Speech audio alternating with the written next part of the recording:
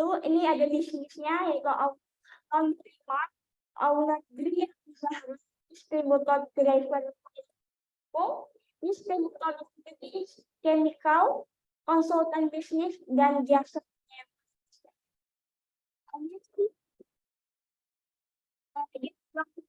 Dipersilakan Dr. Eni. Ya. Baik, terima kasih. Assalamualaikum warahmatullahi wabarakatuh. Waalaikumsalam warahmatullahi wabarakatuh. Nasta'inu wa nastaghfiru wa na'udzubillahi min shururi anfusina wa min sayyiati a'malina may yahdihillahu fala mudilla lahu wa la yudlil fala hadiya lahu. Asyhadu an la ilaha illallah wa asyhadu anna Muhammadan abduhu wa rasuluh. Rabbi shrahli sadri wa yassirli amri wa luqdatan min lisani yafqahu qawli. Shadaqallahul azim. Alhamdulillahirabbil alamin, segala puja dan puji milik Allah yang sudah kasih rezeki, nikmat, keberlimpahan buat kita semua. Hari ini Ibu-ibu dari pagi sudah dapat keberlimpahan yang banyak.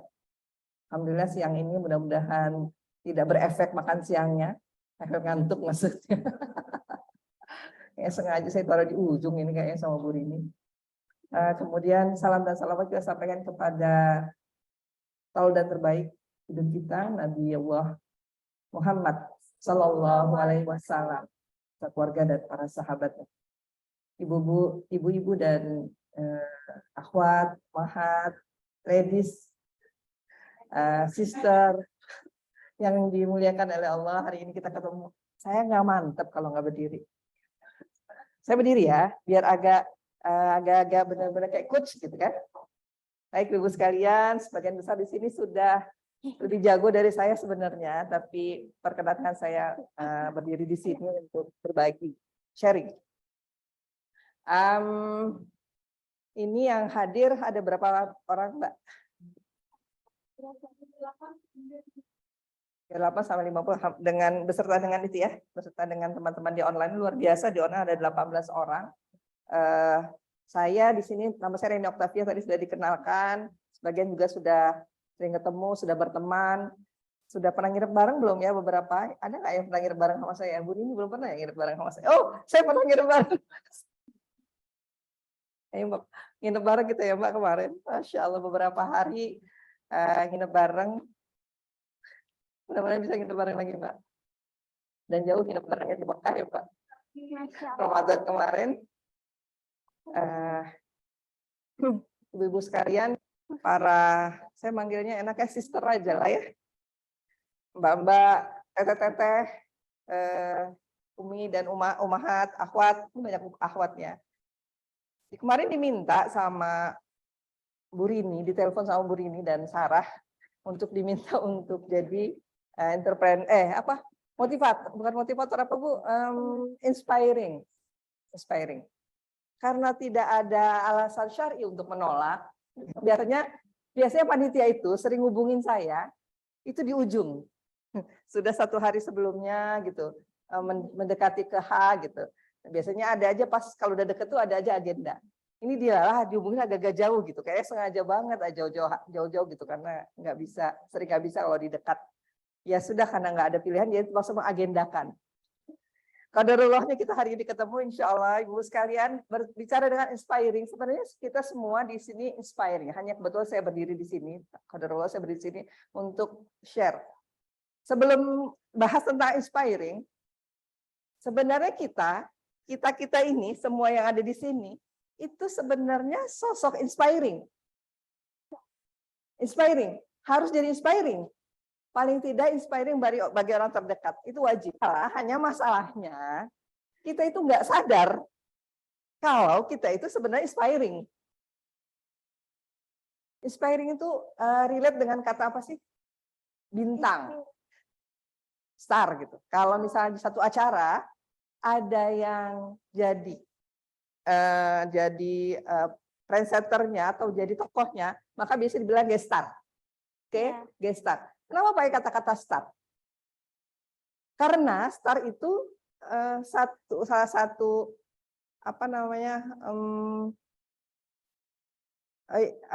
yang di langit salah satu bagian apa istilahnya? Benda langit, maaf. Salah satu benda langit yang punya sinar sendiri. Yang punya sinar sendiri. Jadi kenapa dia pakai star? Karena bintang itu identik dengan satu benda langit yang dia punya cahaya sendiri. Sumber cahaya sendiri. Hanya saja kalau siang, dia tertutup oleh cahaya yang lebih besar, matahari. Kalau bulan itu nggak ada cahaya sendiri. Cuma bintang yang punya cahaya. Kenapa bintang akhirnya disebut star, digunakan sebagai salah satu gambaran bahwa orang itu punya sesuatu yang. Jadi artinya dia punya sendiri, artinya dia ada dalam dirinya gitu. Jadi bintang itu di tengah malam kelihatan banget. Beda dengan bulan. Bintang itu bahkan kalau agak-agak mendung aja masih bisa kelihatan. Kecuali kalau mendung banget karena tertutup awan. Tapi artinya dia punya sinar yang dari dalam diri sendiri. Ibu-ibu sekalian, para sister yang hari-hari di sini gitu ya. Aslinya kita ini bintang. Ada Bu Bintang di sini namanya. Nah, itu doa itu orang tuanya. Apalagi Bu Bintang. Apalagi Bu Bintang. Jadi sebenarnya kita ini bintang. Bintang yang ada di kita, bintang yang harusnya bersinar. Hanya masalahnya kenapa bintang kita nggak kelihatan? Kenapa sinar kita nggak tembus? Kenapa sinar itu nggak nembus awan? Karena ternyata ada awan yang ada sesuatu yang menghalangi. Intinya kita tuh punya bintang. Karena Allah tuh ngasih potensi. Semua orang tuh nggak ada cerita nggak ngasih potensi. Nanti saya akan hari ini saya ngasih PPT, cuma PPT saya ini PPT saya. Ini saja PPT saya. Menjadi versi terbaik diri. Sisanya kita akan lebih fokus. Mudah-mudahan waktu 1,5 jam kurang lebih kita bisa sharing. Sekali lagi ini sharing ya ibu-ibu sekalian. Kenapa sih sebenarnya ada apa sih sebenarnya kita harus mencari inspirasi dari luar, bagaimana sebenarnya kita mendudukkan diri, gimana caranya melejitkan gitu. Dan saya juga melalui proses untuk belajar itu. Kembali ke bintang. Jadi pada dasarnya kita itu bintang. Kita itu ajaib. Nanti kita lihat keajaiban-keajaiban. Kita ini bintang, artinya punya sinar. Kalau ibu-ibu enggak punya sinar, ibu enggak akan sampai sini. Teman-teman nggak akan sampai sini kalau tidak ada sinarnya. Nggak akan bisa bangun dari tempat tidur. Kita akan ada di pojokan. Pernah mendengar atau mendengar cerita orang putus asa yang dia akhirnya ada di pojokan, nggak bisa keluar dari kamar untuk bangun aja, nggak mampu lagi. Itu karena sinarnya benar-benar meredup. Nggak punya sama sekali. Kita bintang. Nah, bintang itu juga ada level sinarnya. Ada level sinarnya. Kita itu secara pribadi punya pengaruh sinar. Jadi masing-masing dari kita itu punya sesuatu potensi atau energi yang akan mempengaruhi orang sekeliling kita. Dan itu memang ini adalah ilmu pasti bahwa kita itu mempengaruhi dan kita dipengaruhi. Kita itu mempengaruhi dan dipengaruhi. Saya saat ini, kenapa ada seorang tokoh yang bisa luar biasa pengaruhnya? Pengaruh itu luar biasa, baik di positif atau negatif. Nggak usah jauh-jauh deh. Kalau kita suka sama seseorang, misalnya yang sekarang lagi ramai, misalnya tokoh idola calon presiden, itu betapa menghipnotisnya perorangan itu. Mau siapapun, Anies kah? Mungkin karena kita punya kecenderungan yang sama, maka kita akan sangat terhipnotis dengan Anies ini gitu. Walaupun ngelihat cuma lihat depan video, tapi kita bisa sangat fokus sama dia. Di dalam, kalau misalnya pernah ketemu di dalam acara yang besar, kita bisa sangat fokus sama seseorang atau siapa saja tokoh-tokoh lain, atau hanya pembicara saja, pembicara misalnya ustadz atau ustazah yang dia duduk bisa sangat memukau gitu. Karena dia punya daya pengaruh. Dan kita pun sama. Ibu-ibu di sini tadi pertama kali masuk, siapa yang dideketin itulah yang berpengaruh, yang meleparkan pengaruhnya, mengeluarkan auranya. Kalau bahasa psikologi itu ada aura gitu. Dan saya, ibu-ibu sekalian di sini punya. Kalau mau diri misalnya, makanya ada istilah psikologi itu auranya warnanya kalau orang itu auranya ungu, biru gitu, ada bahasa istilah. Sebenarnya kalau diartikan itu sebenarnya daya pengaruh. Dan semakin kuat sinar dalam diri, maka akan semakin kuat pengaruhnya kepada orang lain. Saya cuma membayangkan bagaimana Rasulullah itu, pengaruhnya luar biasa. Sampai sekarang Rasulullah itu kan pengaruhnya, kalau kita cuma mendengar kisah, baca kisah Rasulullah mau meninggal saja misalnya, waktu saat beliau mau wafat, itu bisa berurai air mata kan. Padahal baca, tidak nonton videonya, tidak mendengarkan audio dari siapapun, itu bisa sangat terpengaruh. Saking besar pengaruh. Ada satu hal yang sedikit agak mencolok, Bapak Ibu, kita meyakini bahwa di akhir nanti ada Dajjal. Kalau nanti belajar Dajjal itu luar biasa pengaruhnya. Itu magnetnya luar biasa. Sampai kita disunahkan untuk bersembunyi. Karena kita nggak akan kuat nahan kekuatan Dajjal itu. Pengaruhnya luar biasa. Makanya harus paham tentang itu ke depan. Itu sedikit ini aja.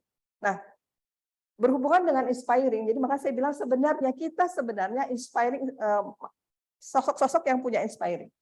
Bagaimana tidak gitu. Paling tidak kita inspiring buat anak kita. Ya kan? Buat tetangga kita gitu harusnya, buat orang terdekat kita gitu. Kalau kita sebenarnya tokoh publik, saya dosen di kampus, saya ke jurusan misalnya sekarang. Maka semakin banyak ruang lingkup yang saya pengaruhi. Siapapun kita di situ, maka kita akan menebarkan daya pengaruh. Itu kita.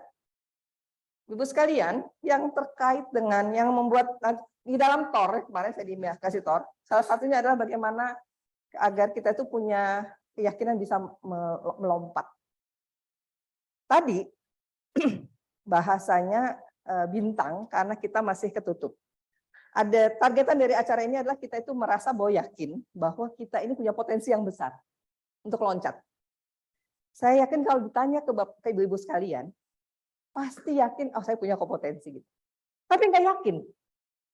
Kalau ditanya ada potensi, ada gitu. Bersyukur ketika saya punya kok saya potensi, tapi ngomongnya aja, iya punya potensi. Enggak, punya potensi, oh punya banyak. Dari itu aja sudah bisa kelihatan. Nah, jadi kalau kita mau melihat gambaran melejitkan potensi, kalau bahasanya, kalau kita mau searching bagaimana cara melejitkan potensi gitu ya.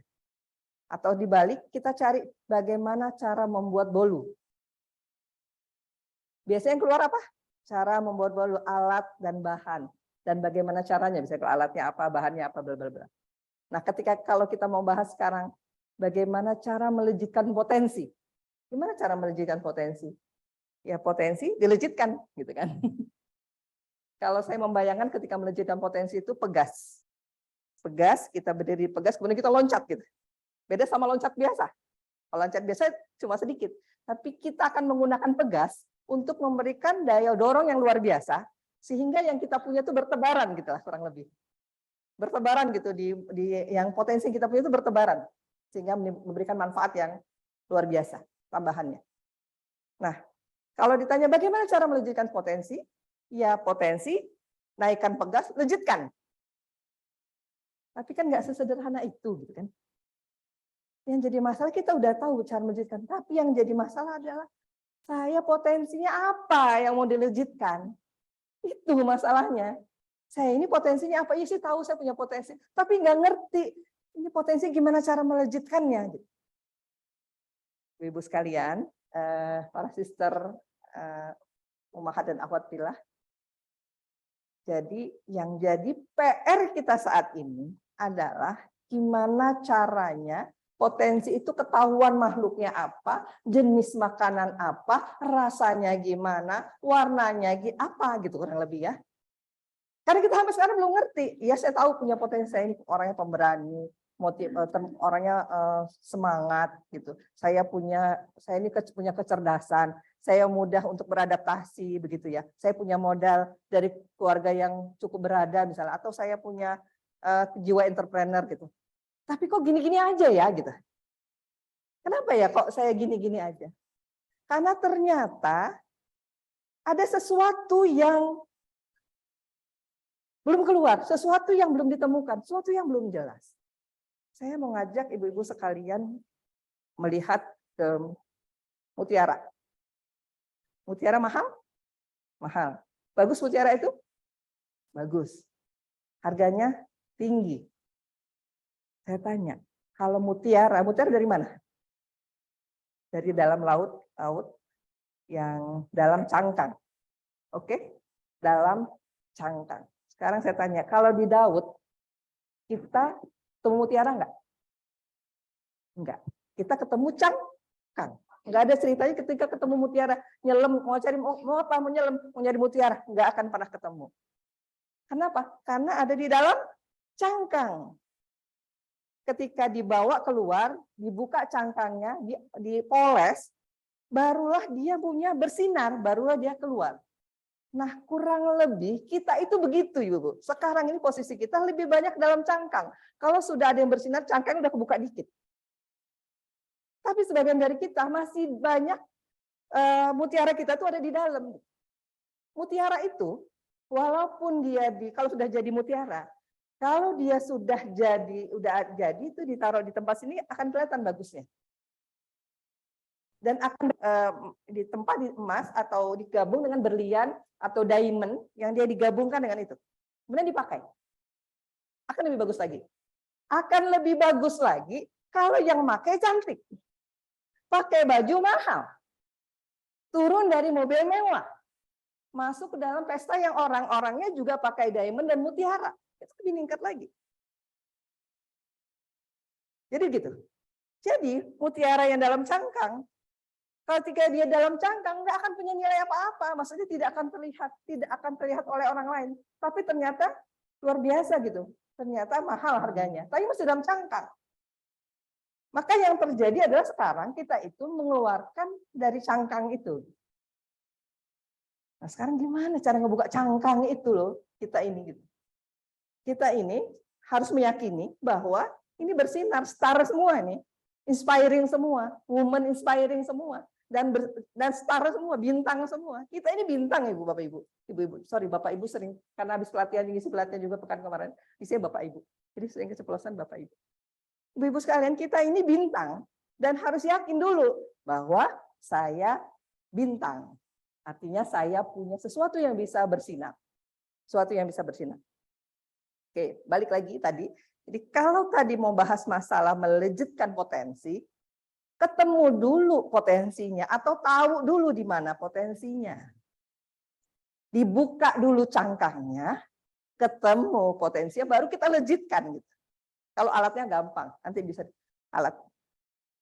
Jadi menjadi nanti kita akan lihat ada dua hal yang membuat kita menjadi melangit atau bintang itu ada di langit. Bintang itu nggak ada yang di bawah, nggak ada yang di bawah karpet, nggak ada. Bintang itu ada di langit, yang bisa dilihat orang. Semakin dia bersinar, akan semakin banyak orang yang mendapatkan manfaat. Kurang lebih begitulah bintang itu.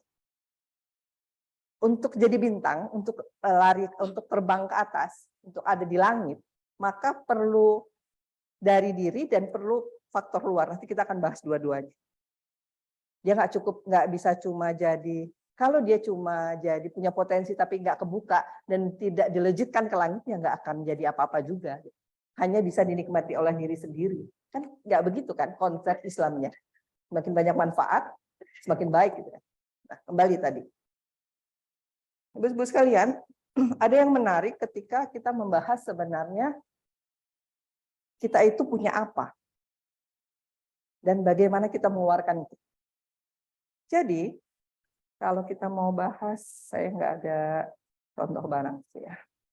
Kotak gitu ya, kotak yang isinya tadi kalau tadi kan canggung harusnya ada satu contoh yang saya bisa buka, saya lupa bawa barang. Kotak yang ada isinya.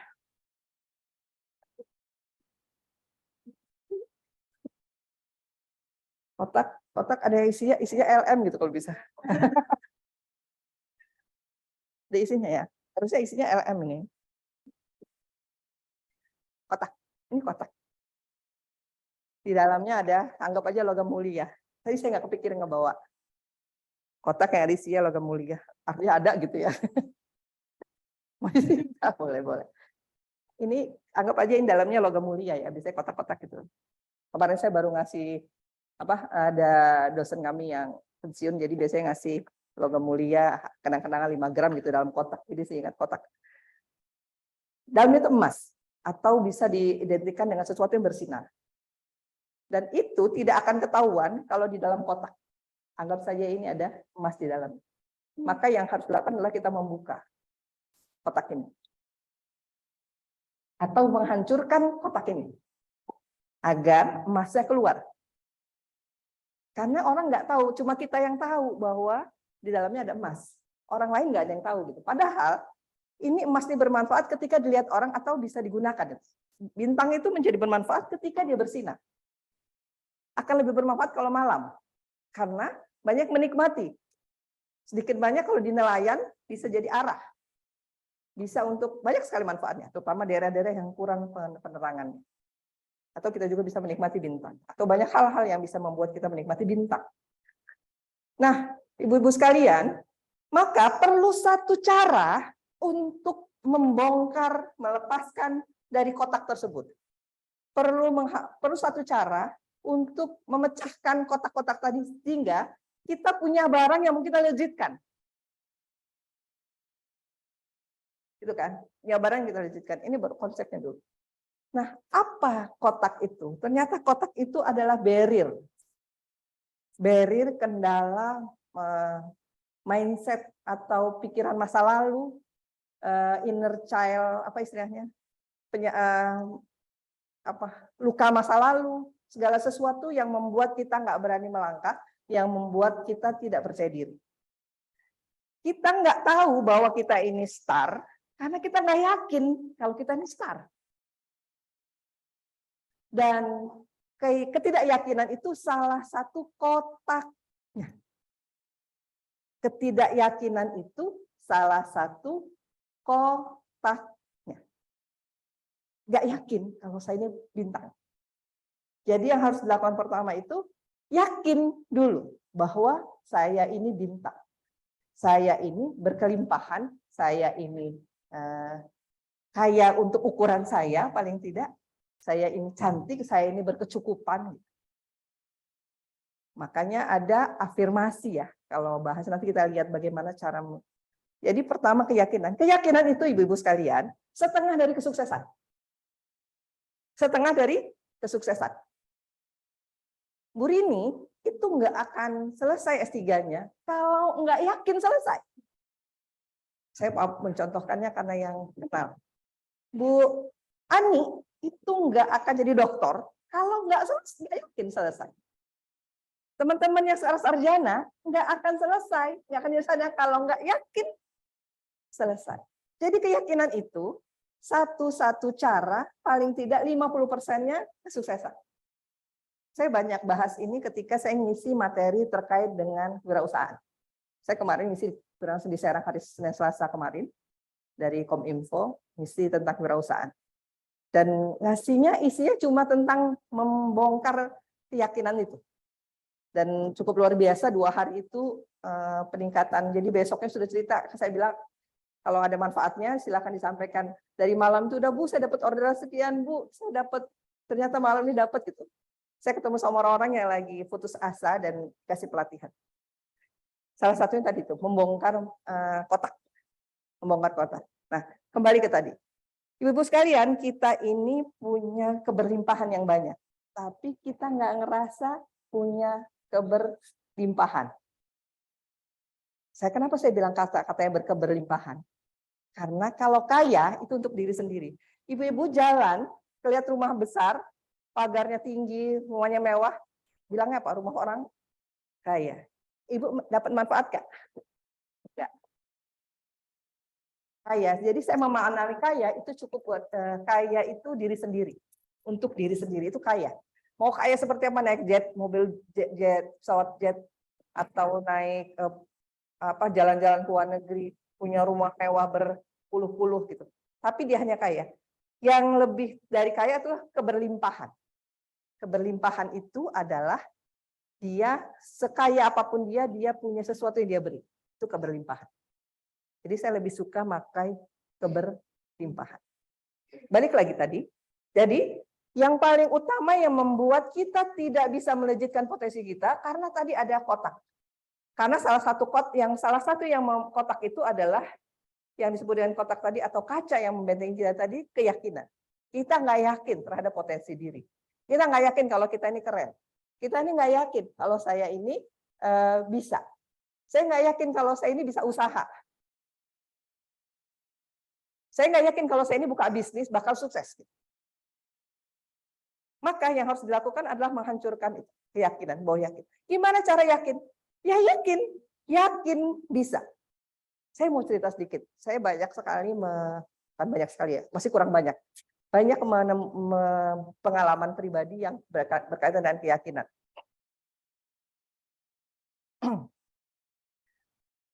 Bahkan ajaib. Ada beberapa. Yang paling ajaib menurut saya, pada saat saya itu mau selesai S3, saya itu kalau sudah lewat dari 4 tahun, biar biaya sendiri. Ya begini ya. Dari awal begini malah. Beasiswa hilang. Maka itu menjadi deadline buat kami untuk bisa lulus. Waktunya tinggal hitungan hari. Hitungan, ya artinya hitungan minggu lah, hitungan minggu. Karena saya harus segera submit daftar ujian, tapi syaratnya adalah publikasi dan sebagainya.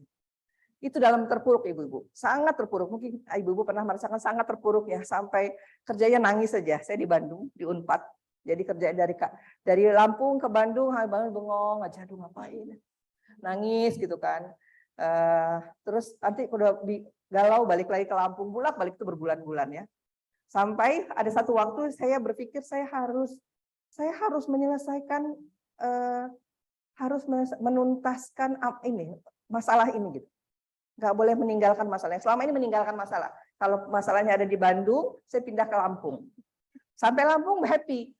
Masuk 2 jam berikutnya udah mulai pening lagi kepalanya. Ingat yang di Bandung. Sindrom. Sudah gitu, habis 1 hari 2 hari pulang ke Bandung lagi. Sampai Bandung, seneng, hari selanjutnya sudah bengong lagi, nangis lagi. Mungkin ada beberapa dengan kasus yang berbeda.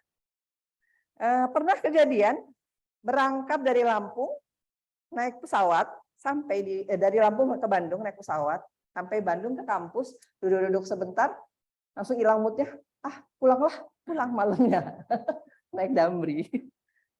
Itu masa-masa di mana yang galau, yang nggak punya konsep, yang nggak punya haluan, nggak punya kekuatan pikiran.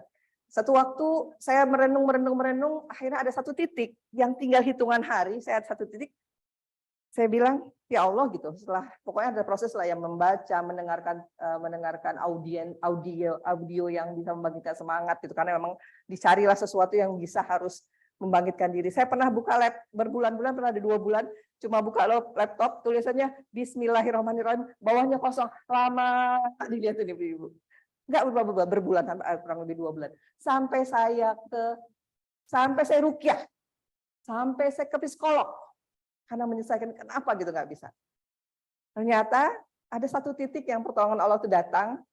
Saya mencari semua yang baik-baik saya dengerin gitu. Ada satu sisi di mana akhirnya di kos-kosan itu saya ingat banget, saya berdiri bahwa saya ini khalifah di muka bumi. Saya ini khalifah di muka bumi. Dan kalau saya berkehendak dan karena ini izin Allah, maka saya bisa. Saya depan jendela waktu itu ingat, saya bilang, saya ini khalifah di muka bumi, ini alam nurut sama saya bilang gitu. Alam ini nurut sama saya. Gitu ya, Bu ya. Terus saya tulis di handphonenya ganti ya, sudah ganti, tapi di handphone saya tulis Bismillahirrahmanirrahim. Itu bulan Juli. Bismillahirrahmanirrahim. Saya pilih tanggal kapan saya mau ujian terbuka. Saya senangnya hari apa? Oh, saya senang hari Jumat. Nah, biar berkah. Itu kan? Saya tetapkan Jumat. Bismillahirrahmanirrahim, tulisannya Bismillahirrahmanirrahim, Jumat 9 Agustus 2019, ujian promosi doktor. Saya pasang di layar paling depan, jadi screen, lihat Anda pasti ngelihat selama berapa hari itu. Begitu saya buat, malamnya dapat email bahwa itu diterima. Apa namanya? Publikasi diterima, accept, dan letternya keluar. Besoknya langsung ke kampus, saya jalan aja ke kampus, nggak tahu-tahu masuk perpustakaan, bebas perpustakaan, ngurus anak, ketemu profesor, dipanggil, kamu sini, kata dia gitu. Bu Rene, sini, kamu ujian ya, gitu. Kamu ujian, Prof, saya belum siap, Prof, ujian gitu. Dan promosi dokter itu harus menyertakan 4 profesor waktu itu saya dan 2 dokter. Itu nyari ngumpulinnya itu kan jangankan 6 Ibu, 7 harus sama dengan ketua prodi, 7 penguji. Jangankan 7, 2 aja yang ujian S1 gimana cara itu Sarah yang ujian pernah ujian kan gimana nyocokin dengan dosennya aja yang 3 dosen itu nggak kumpul-kumpul ya, ngangguk-ngangguk ya lagi mau ujian aja. Saya 7. Qadarullahnya Bapak Ibu sekalian, itu tanggal 9 itu nggak bisa maju, nggak bisa mundur. Udah dicocokin dosen 1, udahlah kita hari Rabu pada nggak bisa. Mundur lagi Kamis, nggak bisa. Jumat nggak bisa. Minggu depannya, minggu depan Senin, udah Senin. Nggak bisa balik dilalah. Terakhir itu qadarullah tanggal 9, Jumat tanggal 9 Agustus 2019 saya ujian promosi doktor. Dari apa? Keyakinan. Tapi keyakinan saya full. Itu salah satu contoh. Itu salah satu contoh terdekat. Banyak lagi. Mobil itu ibu-ibu. Saya tunjuk. Saya pernah satu kejadian lain juga berhubungan dengan keyakinan. Saya punya keyakinan kalau nggak boleh zolim. Kalau saya dizolimi, maka saya akan pasti dikabulkan doa saya. Itu keyakinan kan? Ketika saya yakin bahwa kita nggak boleh zolim, dan kalau saya dizolimin, maka saya akan doa saya pasti dikabulkan. Cerita di awal 2015 saya itu mau ujian masih berkaitan dengan S3 saya. Saya itu mau ujian prelim. Prelim itu untuk kandidat doktor. Baru bisa can doktor itu kalau sudah ujian prelim. Ujian prelim itu susah. Nggak mudah. Kalau teman saya ada yang DU karena sudah 2 kali ujian prelim nggak lulus, sekali ujian wawancara nggak lulus maka DU. Nggak bisa lagi DU. Itu ujian pertama saya, ujian pertama. Saya sama suami, waktu itu suami saya datang gitu karena saya mau ujian, jadi kita ngafe lah, minum kopi ceritanya, ngafe di dekat ITB. Di bawah flyover ITB ada kafe. Udah ngafe gitu, duduk kan, baru duduk udah mesen kopi, dengar suara kok musiknya gede banget ya. Kita naik motor, musiknya gede banget, gak nyaman. Adalah biok kita keluar yuk bang, kita keluar gitu. Udah keluar. Baru keluar ngelangkah, kita naik motor ya, baru keluar ngelangkah, tiba-tiba motor kita lewat bawa orang. Motor saya dicuri orang, saya coba ngeliat gitu. Kejauhan. Motor hilang.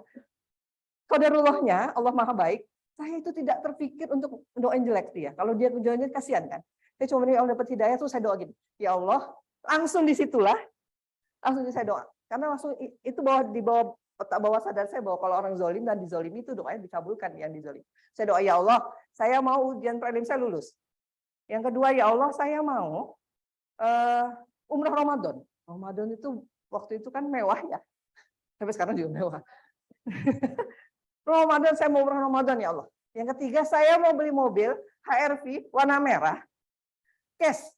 Pengen lagi sekolah cash katanya. Cash warna merah. Gitu karena ibu saya suka merah. Itu kejadian di awal 2015. Ujian Februari langsung lulus ibu. Doa pertama dikabulkan. Bulan Oktobernya Ramadan. Tahu gimana? Tahu saya Ramadan berangkat suami istri sama ibu saya full Ramadan. Umroh full Ramadan, full. 2 doa terkabulkan.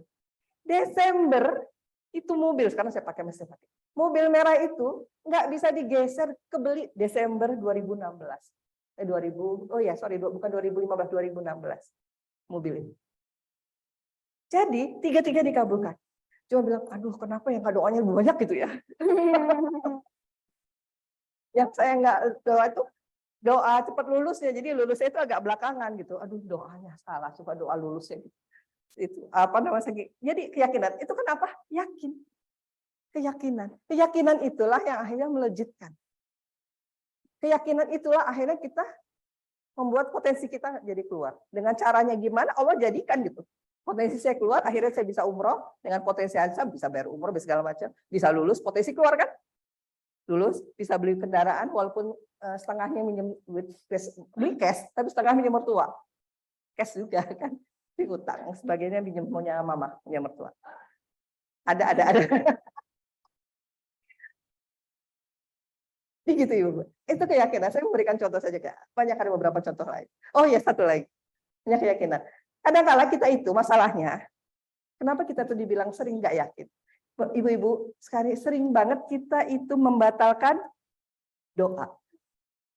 Ya Allah, pengen haji, ya Allah, sampaikanlah haji. Tapi pikirannya, mungkin nggak ya haji ya.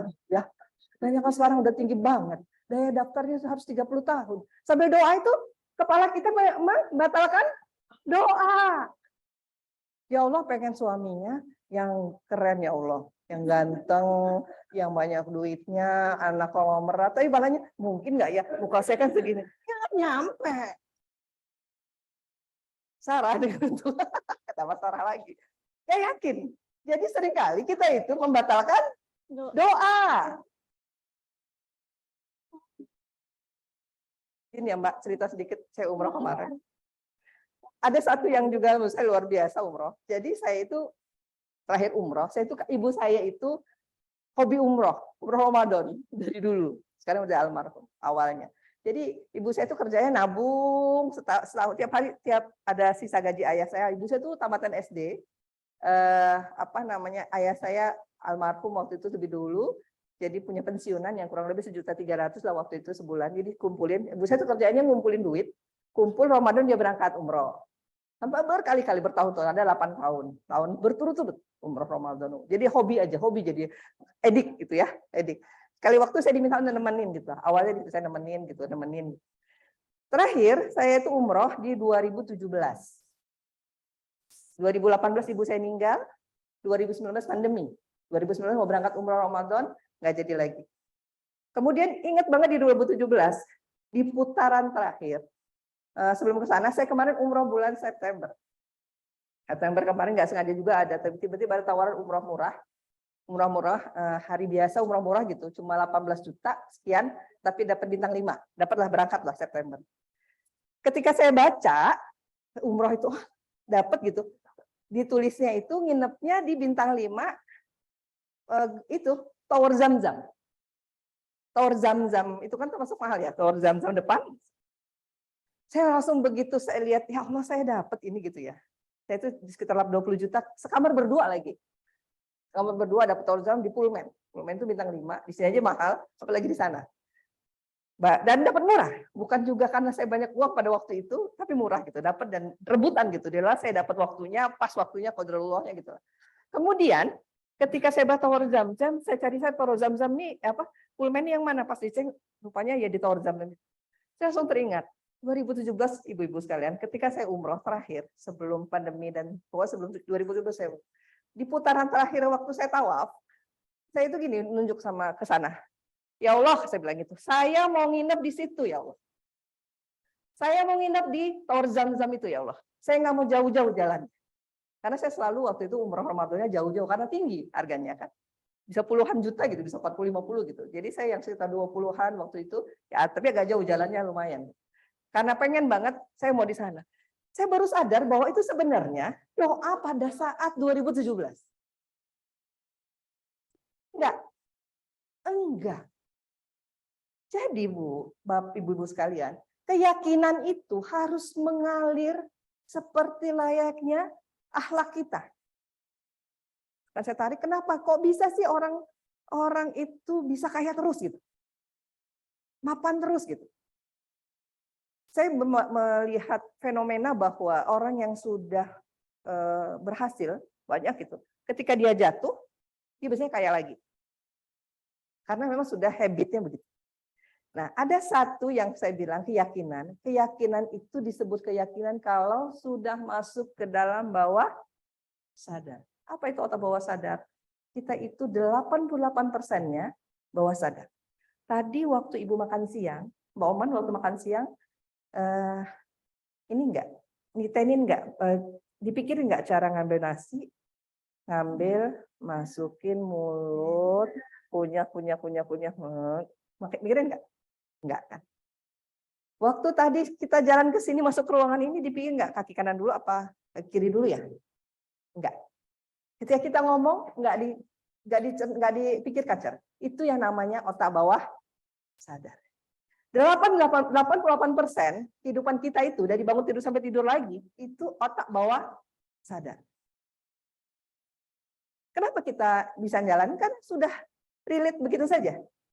Nah, gimana ibu-ibu sekalian kalau kesuksesan itu bagian dari otak bawah sadar kita? Itulah yang membuat orang kaya itu tetap kaya. Karena dia sudah masuk ke dalam otak bawah sadar bahwa saya kaya, bahwa saya sukses, bahwa saya berkelimpahan. Itu yang masuk ke dalam otak bawah sadar. Nggak pakai dipikirin. Sama seperti layaknya kita makan, kita ngomong, kita jalan, nggak dipikirin.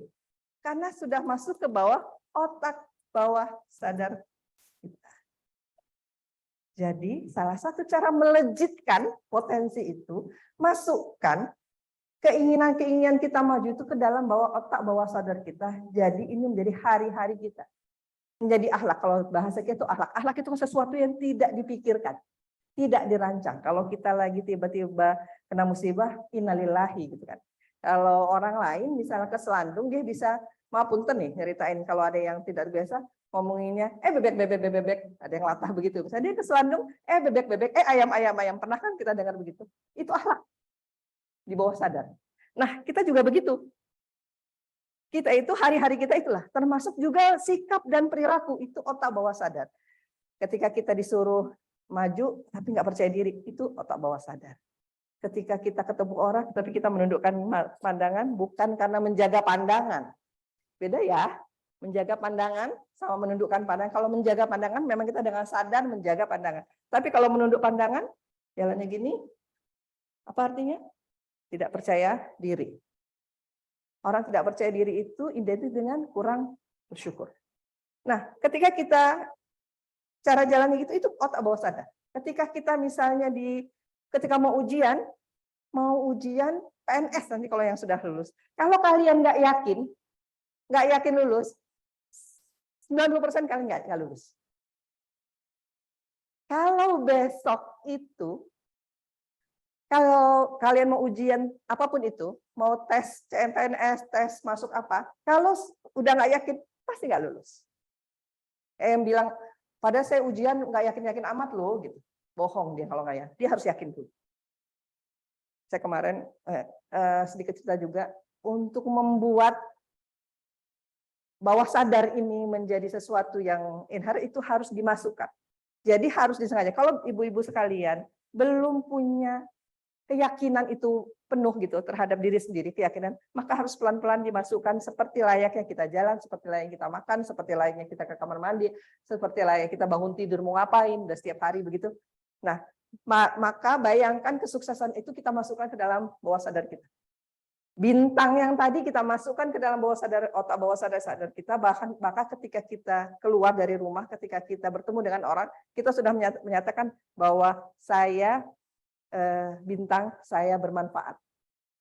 Saya akan menarik rezeki, menarik orang lain untuk bermanfaat.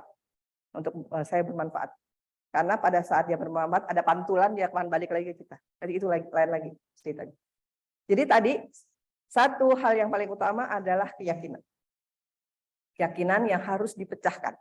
Keyakinan bahwa kita ini adalah bintang. Saya ini berkelimpahan, saya ini punya. Gimana caranya? Ya dimasukkan. Agak kurang jelas sayang ya, tapi nggak apa-apa. Saya akan masukkan contohkannya. Sorry, duplikat dulu ya, extend. Oke.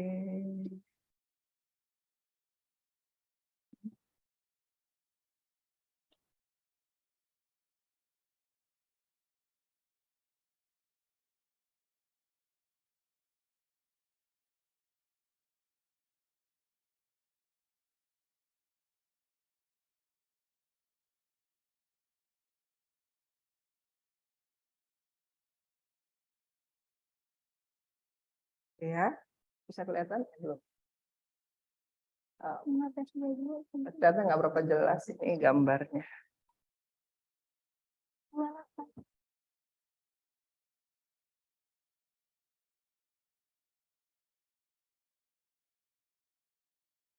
Ya, mungkin bisa ditutup hordengnya.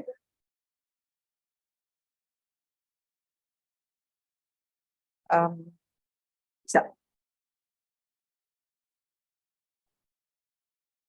Share ke Zoom ya. Oh, terus connect. Baik, sebentar. Kita sambungkan dengan Zoom juga biar teman-teman di share screen.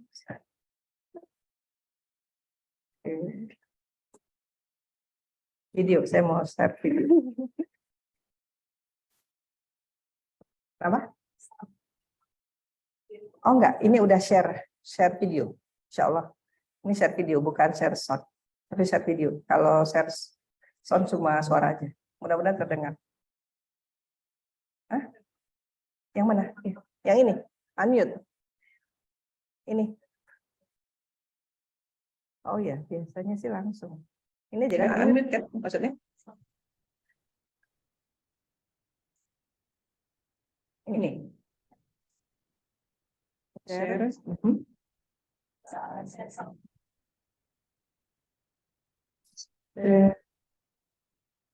Ini ya, advance. Video kan? Oh iya. Oke. Saya share. Nah, inilah disebut dengan afirmasi.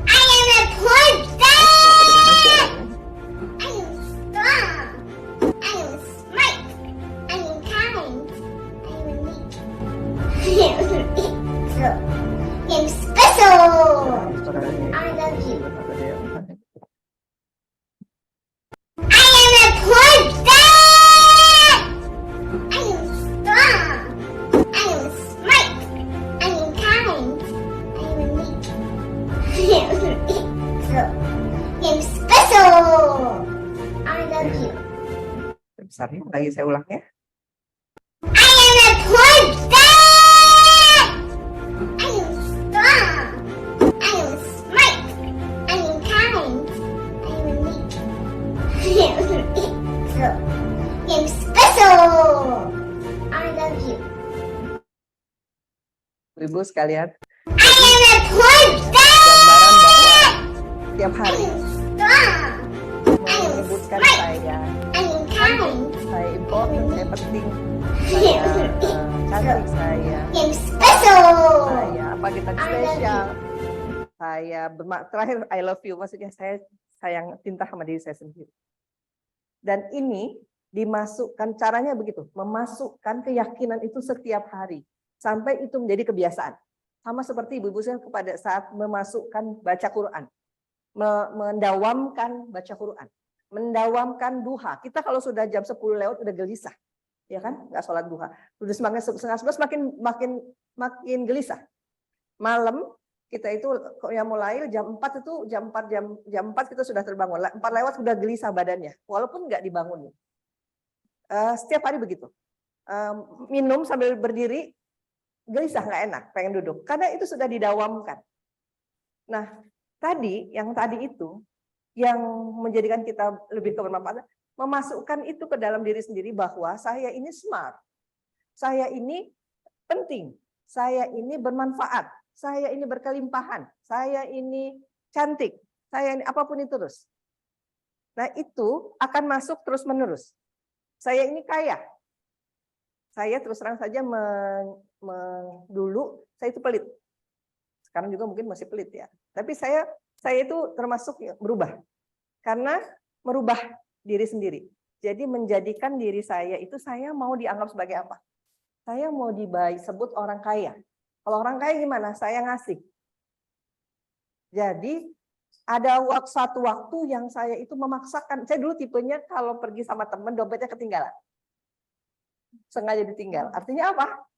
Biar dibayarin, biar nebeng. Kan enak ya, nggak bayar, nggak gratis. Tapi saya perhatikan teman saya tukang traktir. Padahal traktirin terus. Saya mikir ini kayaknya harus ada something wrong deh. Saya nggak kaya-kaya juga begini. Sekarang saya rubah gitu. Ada masa saat Siti saya merubah. Siapapun yang minta saya traktir, saya bayarin. Dan itu semakin kejadian, semakin apa? Semakin menjadi brand bank. Kalau mau di kampus, kalau mau minta apa-apa sama Bu Reni, sama Mbak Reni gitu. Ayo, gitu. Nggak ada takut untuk ekstrim. Ini contoh saja, ini mencontohkan saja. Membiasakan itu sebenarnya bukan dalam rangka mencari, tapi meyakinkan diri bahwa saya layak gitu. Kalau bahasa saya dengan adik-adik itu melayakkan diri gitu. Kalau saya layak, sekarang yang mau saya layakkan saya jadi profesor. Maka saya melayakkan diri jadi profesor. Amin, amin ya Rabbal Alamin. Bu Rini lagi melayakkan diri jadi dokter. Ibu-ibu silakan melayakkan diri jadi apa?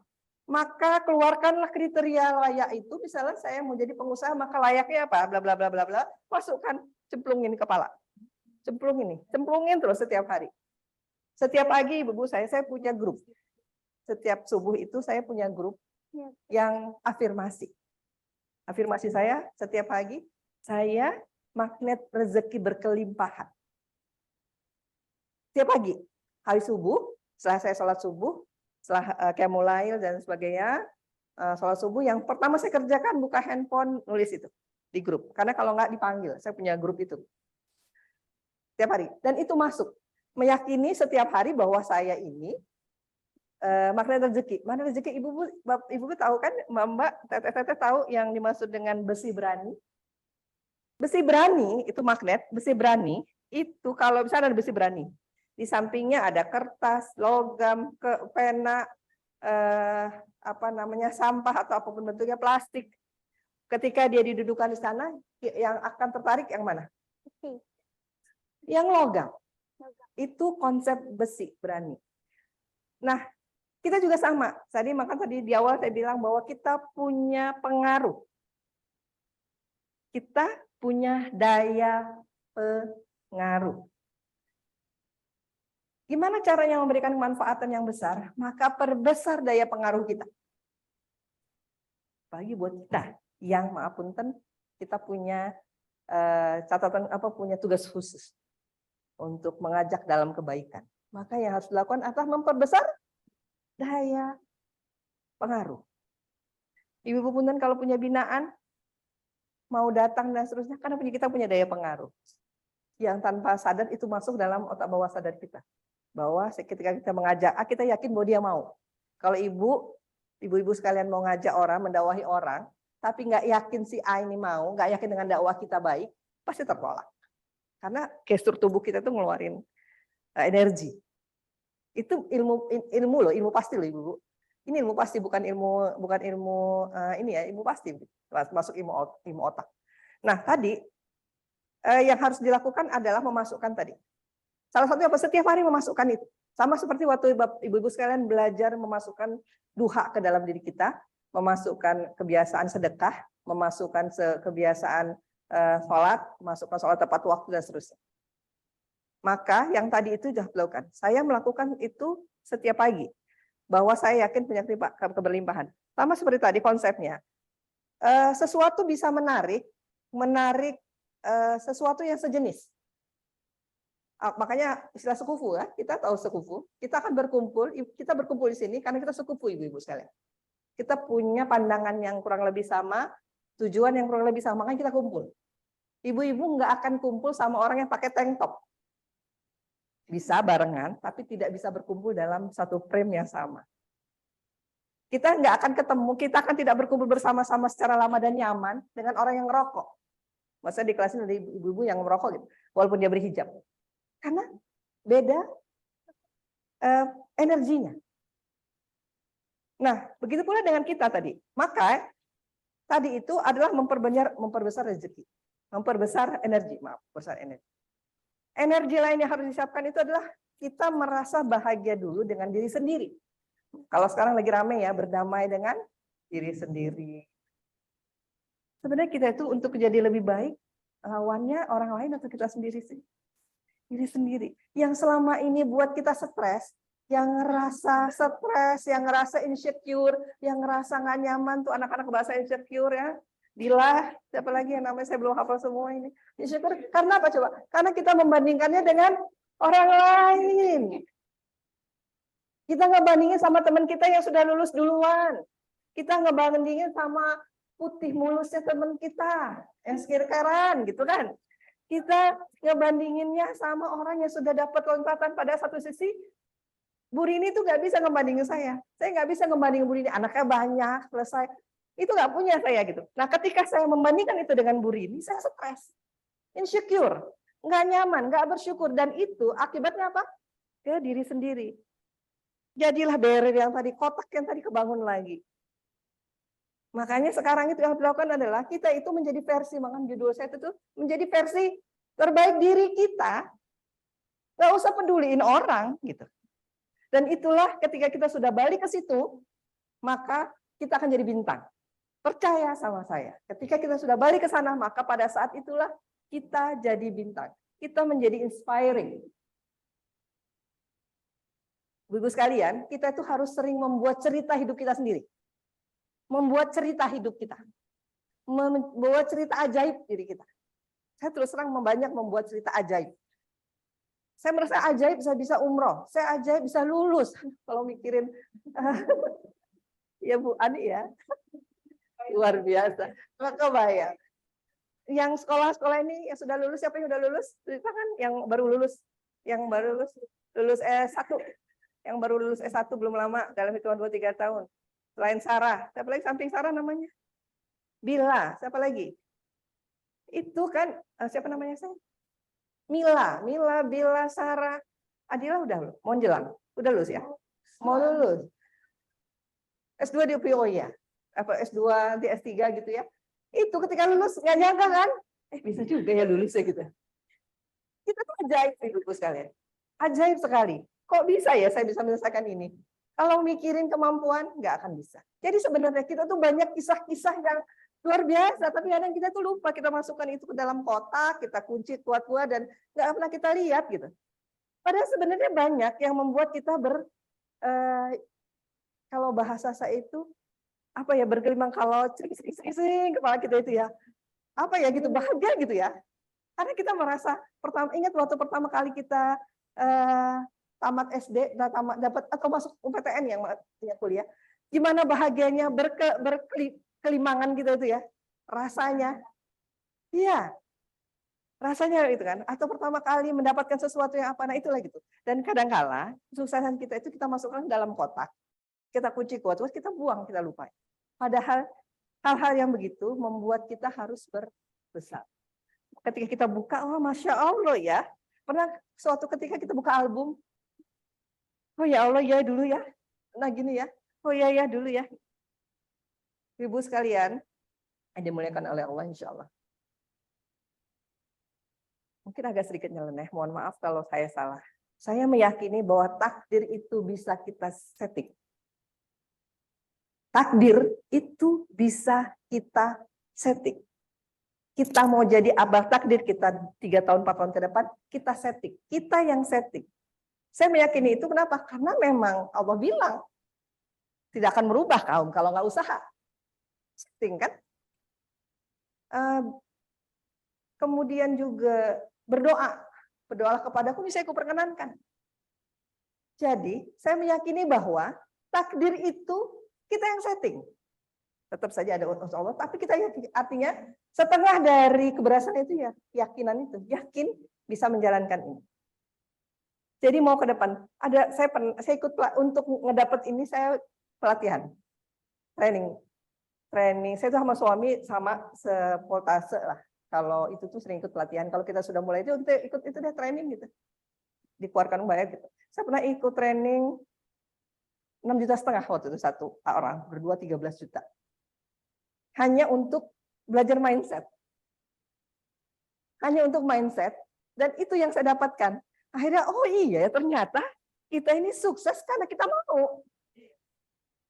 Kalau ada yang belum sukses karena memang maunya nggak sukses. Ibu-ibu yang jualannya belum laku, ya karena memang belum mau laku. Masih tertolak. Yang menolak siapa? Diri sendiri. Ting.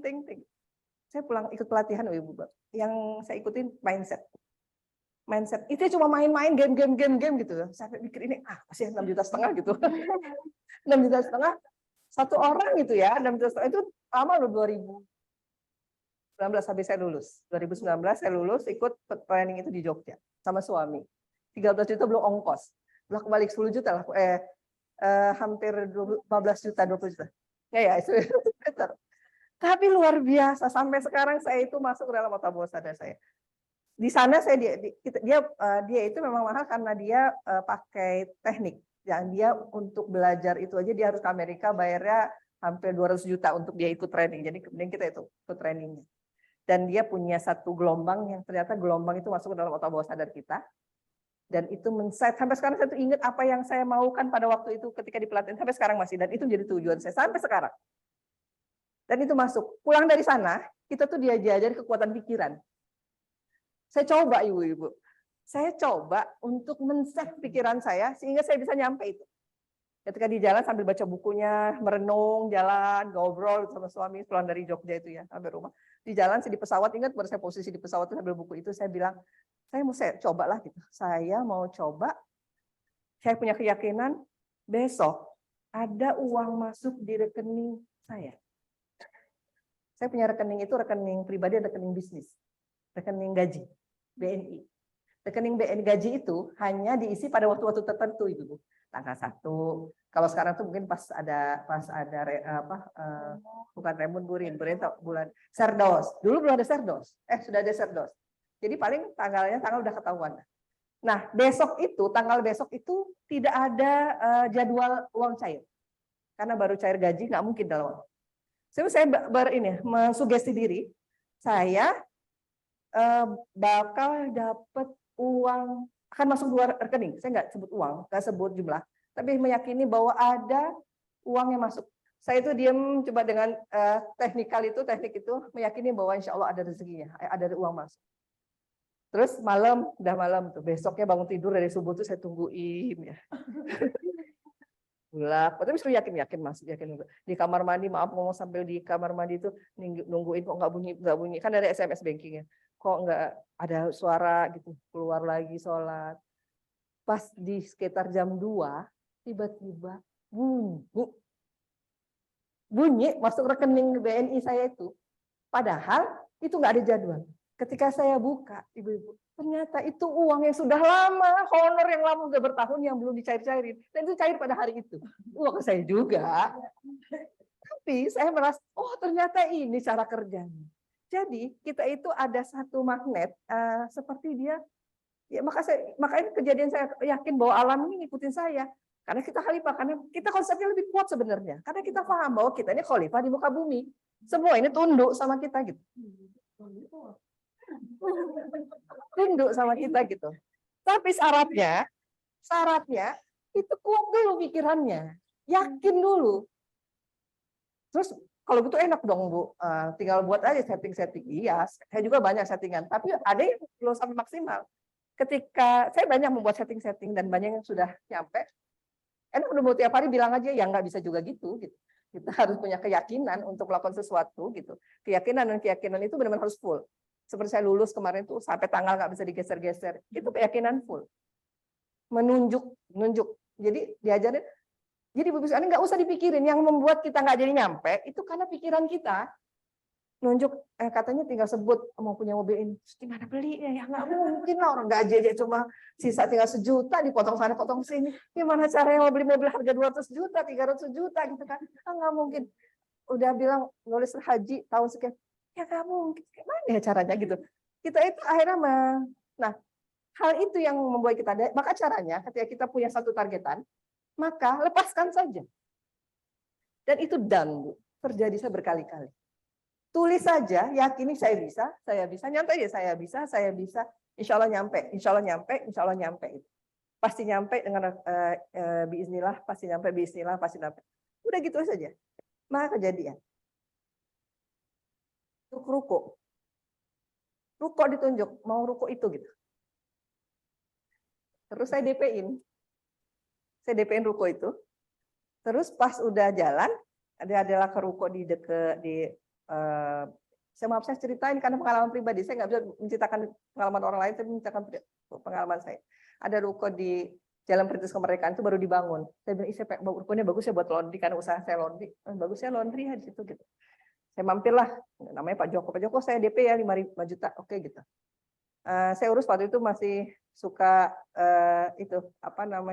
nyobain ke muamalat, diurus sama muamalat, bla bla bla bla bla bla bla. sampai waktunya ternyata nggak cukup. Akhirnya dibatalin lah. Pak Joko tuh nanya, Bu gimana? Bu gimana? Aduh Pak, ternyata belum ACC gitu. Ternyata kami masih plafon kami belum memenuhi gitu. Ya sudah gitu. Saya mau umrah waktu itu. Punten. Saya mau umrah waktu itu. Terus aduh.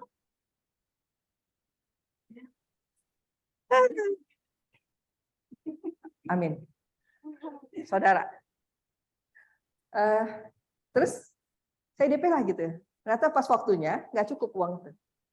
Terus karena perlu uang, ya saya tarik Pak Joko, kami mau umroh, saya tarik aja ya. Jadi batal ya gitu. Batal. Terus saya bilang sama suami saya bilang, berapapun harganya, ruko ini mau naik berapa kali lipat. Kalau itu milik kita, jadi. Terus umroh, oh doa ya Allah, pengen umroh, pengen yang itu ya Allah, pengen yang apa, ruko itu gitu, bla bla bla. Udah pulang dari umroh biasa aja lewat setiap lewat waktu itu Yusuf Mansur lagi tenar dengan sholawatnya. Sholawatin aja kata dia gitu kan. Kalau apa sholawatin? Kita praktekin dong sholawat itu. Setiap lewat itu tuh sholawat Allahumma sholli ala Muhammad. Lewat itu Allahumma sholli ala Muhammad. Allahumma sholli ala Muhammad. Ya Allah, Allahumma sholli ala Muhammad. Dah, Bapak Ibu sekalian, sekali waktu, udah lama itu, udah lebih. Harga itu udah naik. Harga itu naik 2 kali lipat. Yang tadi 300 sekarang jadi 600-an. Lagi lewat situ tiba-tiba ada temannya suami yang langganan suami usaha kami ekspedisi, itu customer suami saya tiba-tiba lagi di depan ruko itu lagi ini kita mampirlah gitu, namanya Pandeng. Kenapa Pak Ending? Oh iya saya beli ruko di sini kata dia di belakang. Oh gitu. Rukonya ada beberapa, kami waktu itu kami pilih pojok. Dia ngambil yang sebelah saya yang mau saya beli waktu sebelahnya, tapi dia ngambil langsung ke belakang, dia ngambil sisi belakang jadi dia L gitu. Terus kita ditanya sama suami saya, kenapa Pandeng nggak ngambil yang pojok ini aja? Gitu. Terus Pandeng yang pojok ini, bukan? Terus dia bilang gini, iya kata Pak Joko, yang pojok ini punya laundry, punya orang laundry gitu. Langsung dek. Saya bilang pulang, itu punya kita. Saya memang laundry kan, itu punya kita bang. Yakin itu punya kita. Betul ada uang, itu juga uang ada cerita lagi deh. Pokoknya saya ini banyak ceritanya. Udah gitu ya pulang, betul lagi ada uang, kita DP-in, harganya naik Ibu 2 kali lipat, dan walaupun sampai sekarang saya masih mencicilnya sampai 2024 besok cicilnya. Tapi ada satu lagi udah kita bayarin proses. Di tengah-tengah proses, karena kita udah sering kenal di situ, jadi kita sering pakai 2014 itu. 10 tahun ya, 2024 selesai, 2014 pas lagi mau pemilu, dipakailah itu untuk baksos. Karena suami orang sana kenal sama Pak Jokonya itu, kita udah baik gitu. Udah kita DP lagi proses. Tapi kan belum positif ya, karena masih belum deal. Terus ingat saya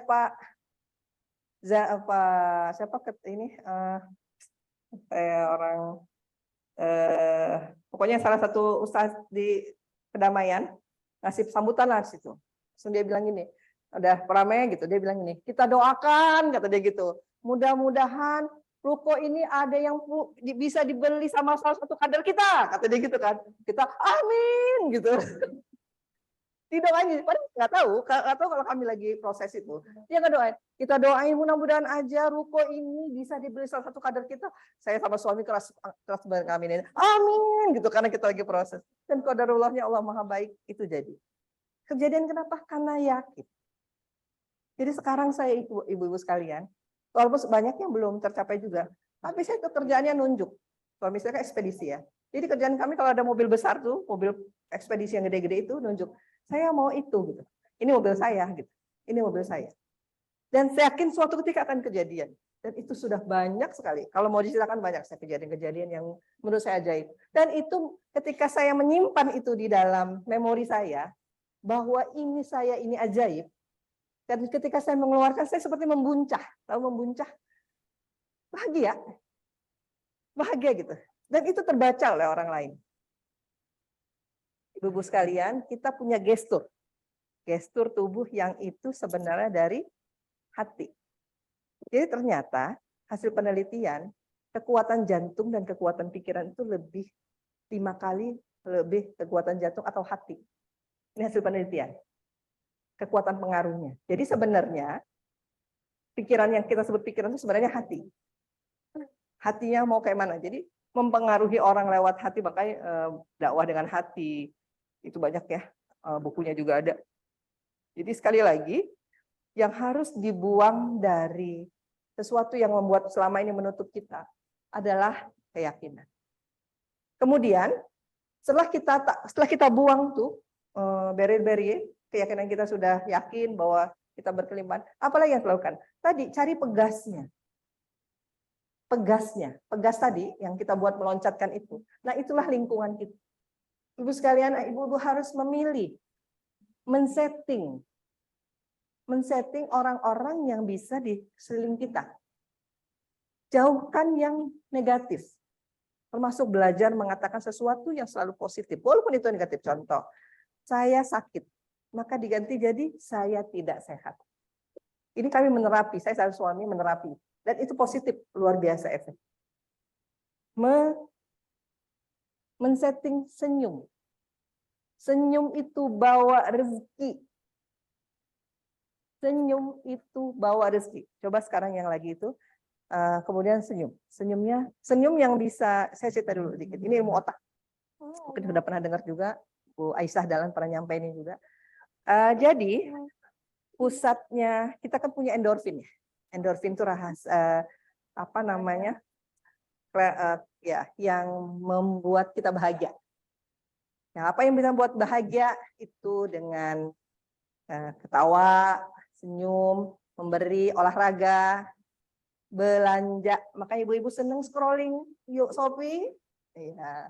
Nah, hobi scrolling hobi. Kalau lagi bete scrolling aja ibu hobi, pilih-pilihin aja masukin keranjang. Sampai sudah tidak bisa menambah keranjang harus sudah 200 item.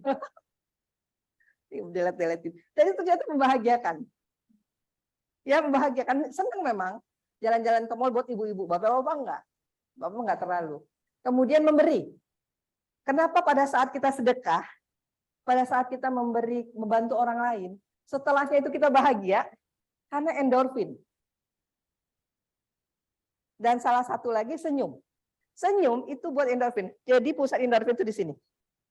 Ini pusat endorfin. Nih, naik dikit kalau orang India naruh di sini. Nah, sini ini pusat endorfin. Nggak usah jauh-jauh beli sabu. Di sini aja. Di sini. Salah satunya tadi. Kalau ibu-ibu suka, kalau lagi bete, nonton aja lucu-lucu. Ketawa itu endorfin.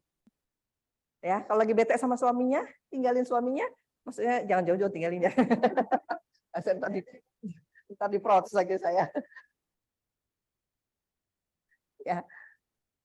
Saya diprotes Pak bagus saya nanti. Ya, bete sama suami abaikan aja. Nonton yang lucu-lucu begitu ya. Nonton yang lucu atau apa gitu atau yang buat jangan nonton yang melo. Udah yang lagi bete sama suami nontonnya yang ada berita selingkuh. Berita ditinggalin sama suaminya. Berita kekerasan rumah tangga. Abaikan itu jangan. Jadi yang harus dilakukan tadi itu setelah kita meyakinkan, memasukkan itu dalam bawah sadar adalah menjaga lingkungan. Mencari pegas tadi agar bisa loncat. Salah satu tadi itu. Men-setting diri kita untuk selalu bahagia. Kalau orang bahagia, itu cenderung untuk ngasih. Cenderung untuk berkontribusi. Cenderung untuk keluar kebaikan-kebaikannya. Ya, kebaikan-kebaikan. Nyanyi. Nyanyi boleh loh ibu-ibu di rumah. Nyanyi. Walaupun saya nggak bisa nyanyi, tapi nyanyi. Nyanyi potong-potong, sepotong-sepotong, biasanya ada aja nyanyi ya. Nyanyi.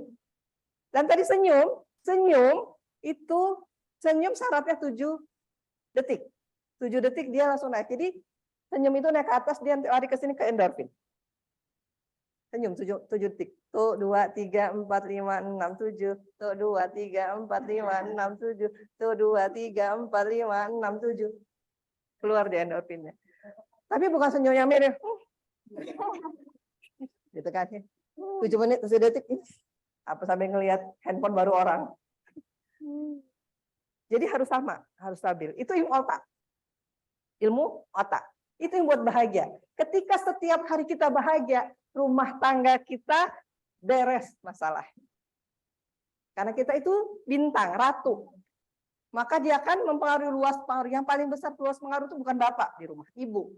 Ibunya happy, ibunya bahagia, beres semuanya urusan, kan? Makanya semakin ibunya, makanya sering bapak kalau bapaknya lagi banyak duit ngasih bahagia gitu, karena memang perempuan lebih suka ke sana gitu. Bahagia. Jadi senyum salah satu. Saya ke kantor, ke kampus, biasanya lewat bypass, di jalan tuh senyum, sengaja senyum. Kalau tiba-tiba lagi itu langsung oh ya senyum. Dan senyum itu memang merubah mood. Merubah mood. Dan itu saya terapi setiap hari. Mau berangkat saya senyum sendiri di mobil. Gitu seperti mau nemuin. Bayangkan ibu-ibu sekalian, bayangkan ketika kita pertama sekolah. Pengen mandi buru-buru pagi-pagi waktu kita SD, SMP, SMA pertama kali ke sekolah, kita ketemu teman. Apa yang terjadi? Cepet pagi-pagi cepet mandi, sarapan gitu ya. Bahkan pakai tas baru, baju baru kalau itu. Ada apa, endorfin tuh, bahagia, pengen ketemu cepet-cepet. Nah, begitulah yang saya rasakan ketika saya berangkat ke kampus, ke kantor, saya senyum di jalan, di bypass itu.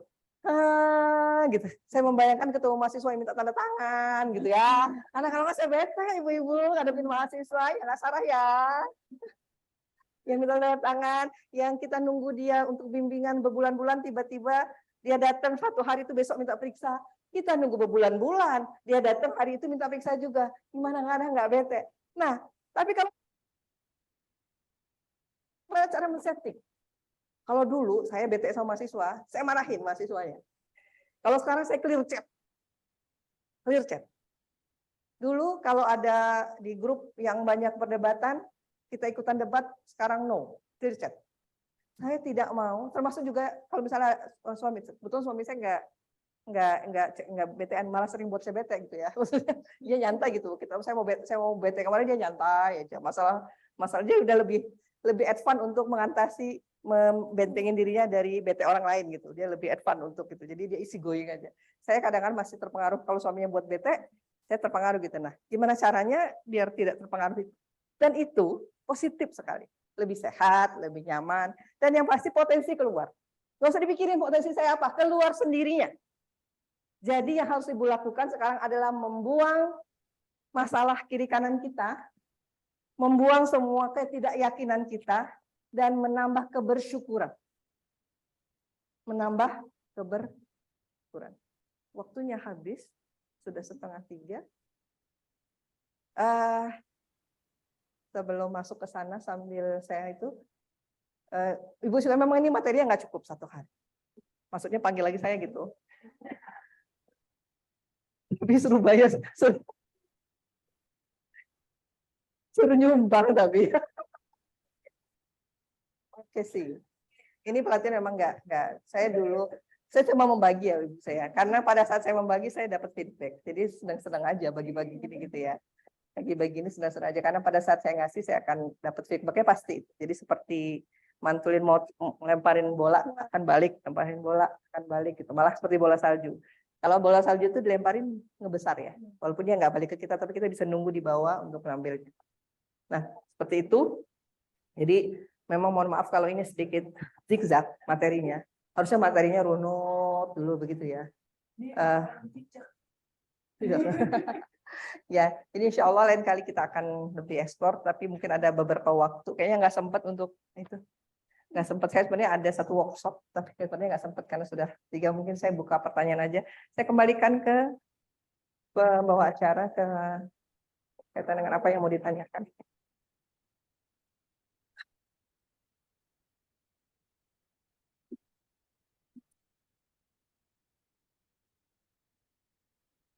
Baik, terima kasih. Masya Allah ya, materinya luar biasa sekali. Di sini ibu-ibu, mbak-mbak, kakak, apakah ada yang ingin bertanya? Silakan.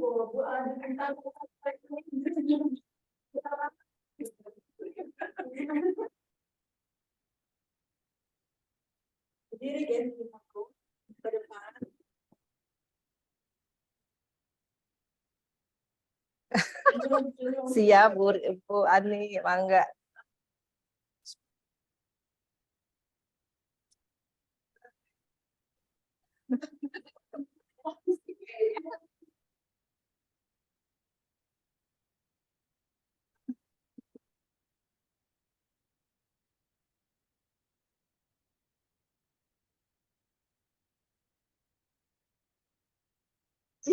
Ini nangis ini karena saya kelamaan ngomong.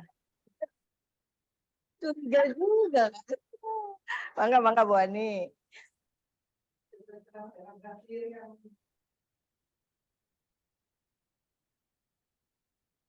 ada satu memori yang terekam yang saya bagi aja ke teman-teman yang hadir ini untuk bukan minta gaji naik tapi zagatnya itu berani jadi otomatis itu masih ini sedikit ini jadi saya dan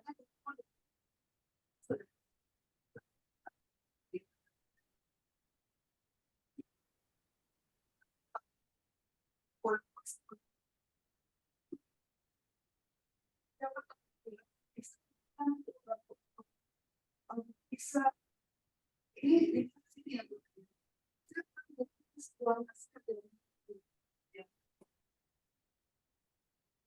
dimanapun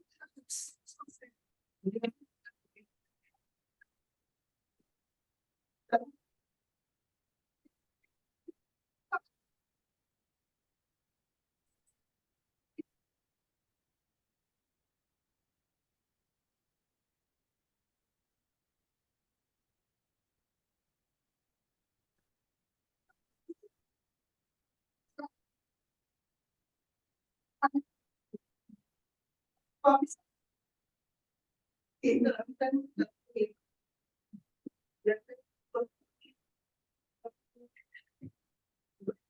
orang yang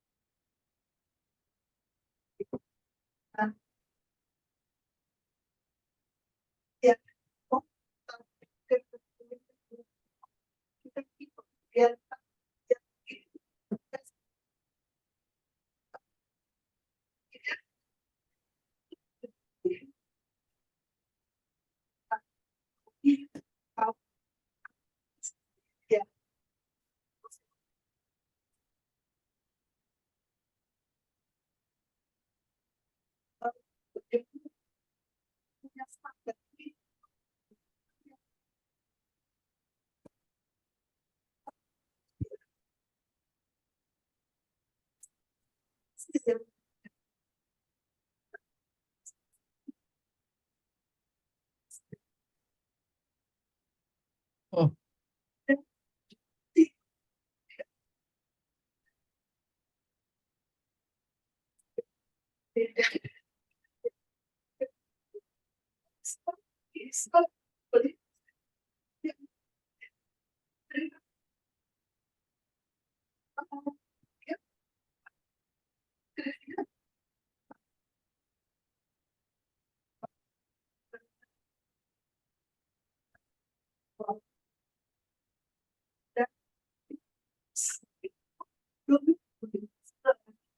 dan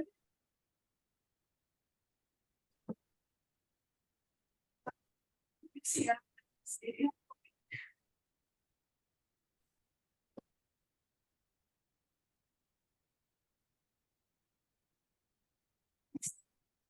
Sampai dengan harus ekstremis.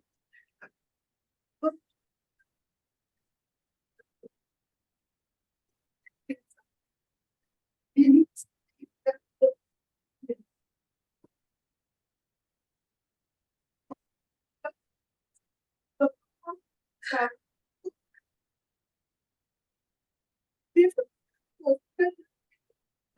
hilang.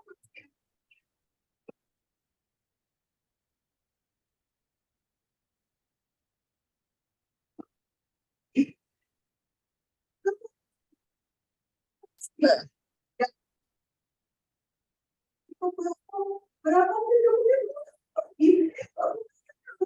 Ya, saya masih muda.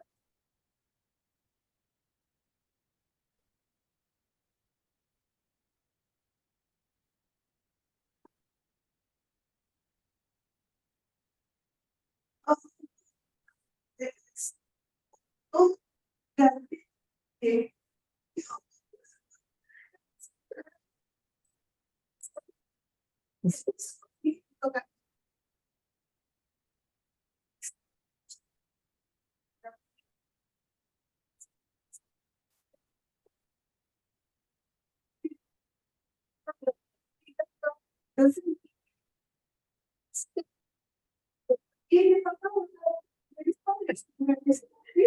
Iya, iya, iya.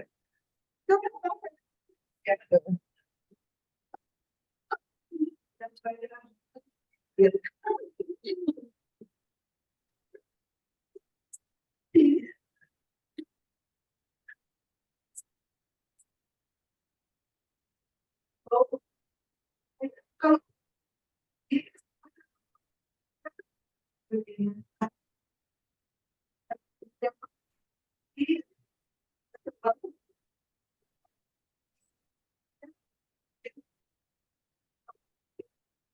baik, ya, terima kasih Bu Ani. Langsung ya, kira ya. Ibu sekalian, ini sebenarnya sering melanda kita ya. Sering sekali. Ada namanya asertif. Asertif itu ada tuh, asertif apa? Sikap berani berkata tidak. Itu asertif. Dan itu adalah ketika kita kekurangan asertif, itu penyakit. Penyakit untuk diri sendiri. Saya kemarin baru aja ikut online Zoom kemarin. Judulnya itu masih saya bilang kan lagi ramai yang berdamai dengan diri sendiri. Jadi ibu-ibu sekalian, kita tuh memang harus bisa berdamai dengan diri kita sendiri. Menyengajakan waktu untuk berdamai dengan diri sendiri dan kecukupan kita. Yang membuat kita jadi stres, yang membuat kita menjadi insecure, yang nggak buat kita nggak nyaman, yang membuat kita jadi sedih berkelebihan, sedih gitu, karena kita menggunakan standar orang lain, standar di luar kita, yang kita masukkan, kita paksakan ke diri kita. Kita punya anak, punya tuntutan yang memang menjadi, jadi sebelum ke sana saya menceritakan sedikit bahwa ada dalam hidup kita ini ada masalah yang bisa kita kontrol, ada yang nggak bisa kita kontrol. Yang bisa kita kontrol itu perkataan yang keluar dari mulut kita, sikap bagaimana kita mensikapi sesuatu, apa yang masuk ke dalam tubuh kita itu bisa kita kontrol, makanan segala macam. Tetapi banyak dari yang lain nggak bisa kontrol. Contoh yang nggak bisa kita kontrol, persepsi orang terhadap kita. Kemudian pandangan orang lain terhadap diri kita. Penilaian orang lain terhadap diri kita. Sikap orang lain terhadap diri kita. Itu nggak bisa kita kontrol. Dan kebanyakan kita itu stres karena yang under control, yang di luar kontrol kita. Kita stres karena sesuatu yang di luar kontrol kita. Kita stres mikir ini.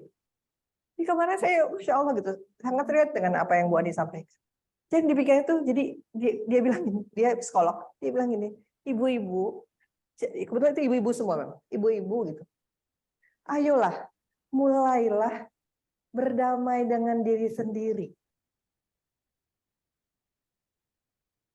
meyakini, menetapkan bahwa saya adalah karakternya begini.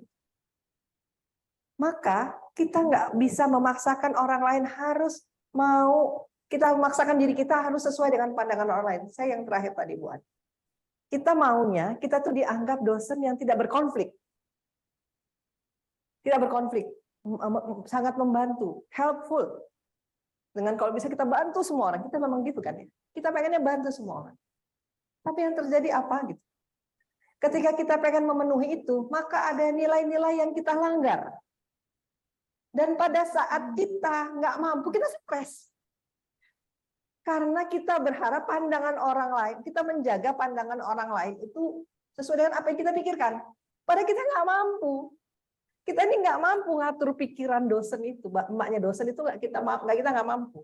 Kita nggak mampu mempengaruhi. Saya nggak bisa mempengaruhi, mengatur pikiran dekan saya sebagai atasan saya, nggak bisa. Saya nggak bisa mengatur pikiran suami saya, itu nggak bisa. Mempengaruhi bisa, tapi kalau mempengaruhi itu kita punya keterbatasan, punya ya segitu lagi. Kadang-kala masalahnya yang kita mampunya segini, kemudian kita paksakan diri kita segini, karena kita untuk memenuhi pikiran orang lain. Maka yang harus dilakukan itu adalah kita harus berdamai dengan diri sendiri. Ya Allah, saya merasa cukup dengan ini. Tapi kita tuh diajari bersyukur terhadap diri sendiri. Ini agak sedikit, nanti mudah-mudahan nyambung ya Bu Ani. Jadi sampai melek-melek ini. Terima kasih tangan, terima kasih kaki sudah mau diajak berlari sampai ke detik ini. Terima kasih mata, gitu ya, yang sudah mau bermalam-malam mengerjakan suatu pekerjaan. Mohon maaf, badan, saya sudah zolim sama kamu. Kalau ini dikerjakan itu Bu, kalau ikut sesi sesungguhnya karena harus disetting, itu terasa sekali. Masya Allah, selama ini kita sudah zolim sama dia. Kita memaksakan. Dan akibatnya orang-orang terdekat kita yang kena zolim, keterzolim. Contoh gini, ketika kita, tadi contoh Bu, kita pengen A, tapi kita nggak mampu, akhirnya kita sedih. Padahal itu orang lain yang tidak berhubungan secara langsung. Ya cuma teman sekampus saja, yang dia ketemu sekali, apalagi beda jurusan. Kemudian kita pengen dia bahagia. Kita menyediakan waktu dan tenaga kita agar dia bahagia. Padahal kita juga nggak tahu benar nggak dia bahagia dengan cara kita. Kita sudah bersusah-susah, ternyata kita nggak mampu. Asumsi kita dia nggak mampu, kita nggak mampu ngebahagiain dia, nggak buat dia buat senang. Akibatnya, setelah kita berusaha-susah, kita stres. Karena kita sudah buat dia nggak bahagia, ya Allah, feeling guilty, merasa bersalah. Yang terjadi apa? Kita memberikan aura negatif, kita pulang ke rumah, kita ketemu anak dalam kondisi yang sedih. Ketika ketemu suami dalam kondisi sedih. Yang jadi, padahal anak suami itulah bagian dari tanggung jawab kita terdekat. Yang terjadi apa Ibu Ani? Ibu-ibu sekalian, yang terjadi kita sudah menzolimi orang terdekat kita, dan mereka membahagiakan orang yang jauh di sana. Yang belum tentu juga bahagia dengan kalau kita bisa mengikuti apa mau. Nah, oleh karena itu, sikap asertif, berani berkata tidak, itu menjadi salah satu ukuran bahagia. Jadi, kita ini memang suka memberi, tapi ukur diri sendiri gitu.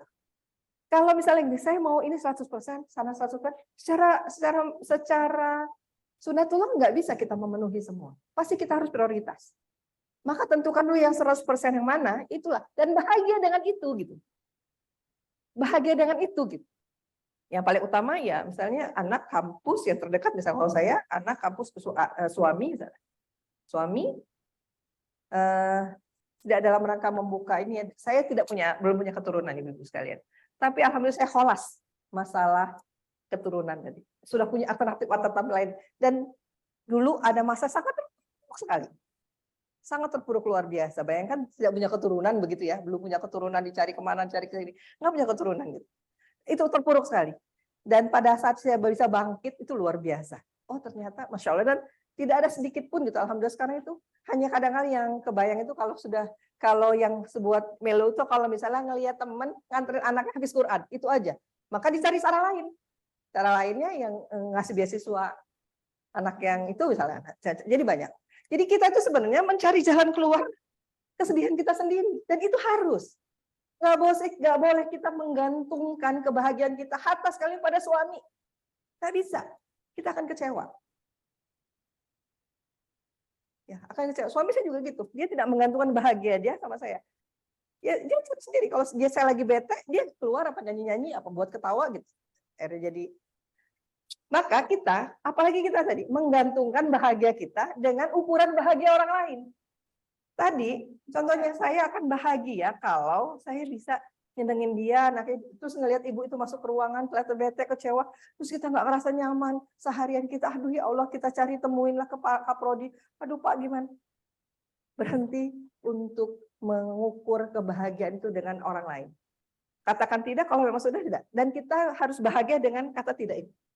Biasakan diri bahagia pada saat kata saya tidak bisa melanjutkan ini, silahkan pilihan. Dan itu bahagia. Dan itu bahagia. Maka selesai masalahnya. Tapi itu harus dilatih. Harus dilatih. Jadi membiasakan tidak menampung sampah orang lain. Kan orang marah itu ya, orang marah kecewa itu kan sampah ya. Kadang-kala kita itu saking baiknya kita tampung sampah orang lain.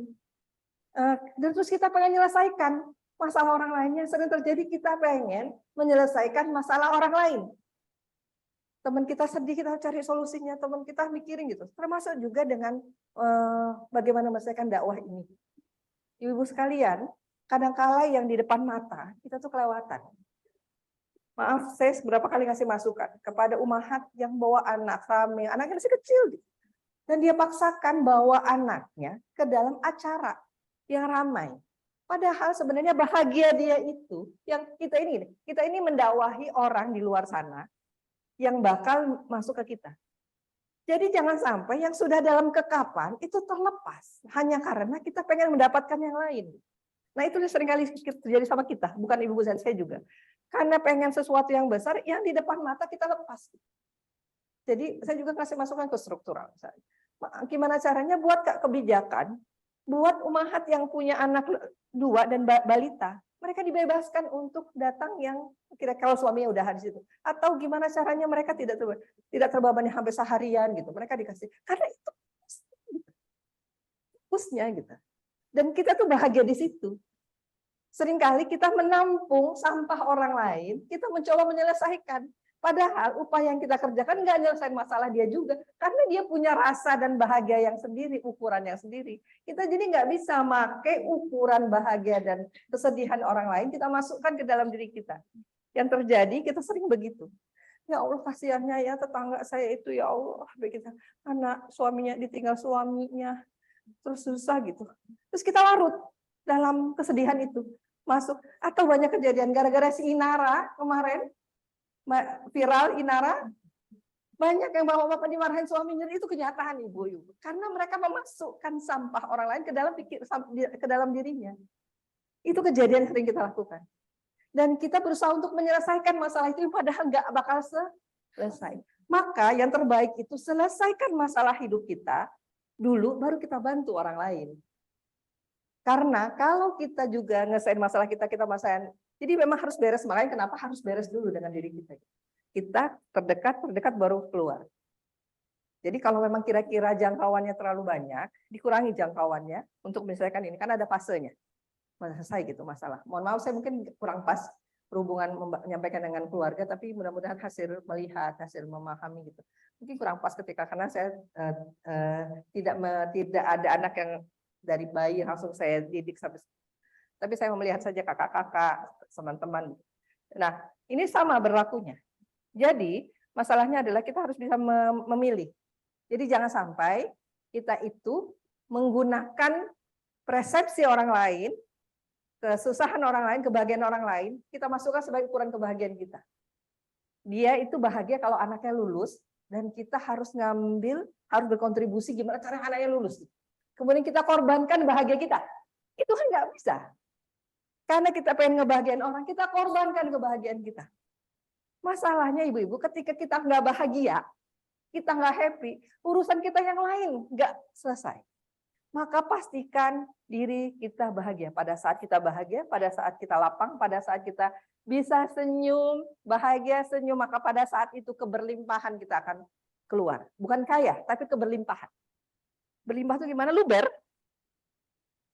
Pernah lihat kita cuma duduk di sebelahnya aja, terus kita nangis, gitu. Dia cuma ngeliatin aja, mengusuk-ngusuk, selesai masalah kita. Itu yang dimaksudkan keberlimpahan. Terus kita nonton, kita lagi ada masalah, kita nonton Ustadz gitu, dia ngomong di dalam YouTube, ngomong, tiba-tiba kita nangis dan kita selesai masalah kita. Itu yang disebut dengan keberlimpahan. Kita berdiri, saya berdiri kemudian orang berinspirasi dan orang berubah. Itu yang disebut dengan keberlimpahan. Jadi bagaimana? Dan itu bisa terjadi kalau kitanya selesai. Kalau kitanya bahagia. Kalau kitanya merasa penuh keberlimpahan tadi itu. Masya Allah, saya banyak banget ya gitu. Kalau kita banyak banget itu kita ngasih ya. Termasuk energi. Energi itu akan keluar ketika ya cukup gitu. Ketika sudah cukup, ya dia akan keluar. Luber-luber gitu. Luber-luber keberlimpahan itu kan luber-luber ya. Luber-luber. Semakin banyak, semakin orang dekat, semakin kena gitu. Nah, begitu kurang lebih saya tidak bisa menyimpulkan secara, tapi mudah-mudahan bisa tertangkap. Intinya, kita tidak bisa mengontrol sesuatu, memasukkan yang tidak di luar kontrol itu sebagai ukuran bagian. Yang kita bisa jadikan itu sesuatu yang bisa kita atur. Persepsi kita. Jadi kalau misalnya di luar itu orang itu persepsi kita aja. Saya bahagianya kalau saya itu menjadi ngebimbing sesuai prosedural. Bahagia kan buat saya bahagia kalau begitu. Kalau sekira-kira dia pengen lulus, saya usahakan akan bantu dia semaksimal mungkin untuk dia bisa lulus. Tapi ikuti prosedur, maka saya akan bahagia. Jangan sampai karena dia maksain pengen dia bahagia dengan caranya, kita ikut dan kita tersandera dan sedih. Akhirnya diri kita jadi nggak bahagia, diri kita jadi yang rusak, orang terdekat kita jadi imbas. Ingat ibu-ibu sekalian, yang ketika ibu tidak bahagia masuk rumah dengan tidak bahagia, yang pertama kali kena imbasnya adalah anak, suami. Jadi pastikan, usahakan masuk rumah dengan bahagia. Sampai-sampai, makanya ada ini ya, diminta. Ternyata saya baru tahu gitu, kalau bapak-bapak itu, siapapun ya, bukan kita saja, suami kita juga. Kalau suami itu memang diminta ketika dia mau masuk ke rumah, ternyata sunnahnya itu dia harus bersih dulu gitu, masjid.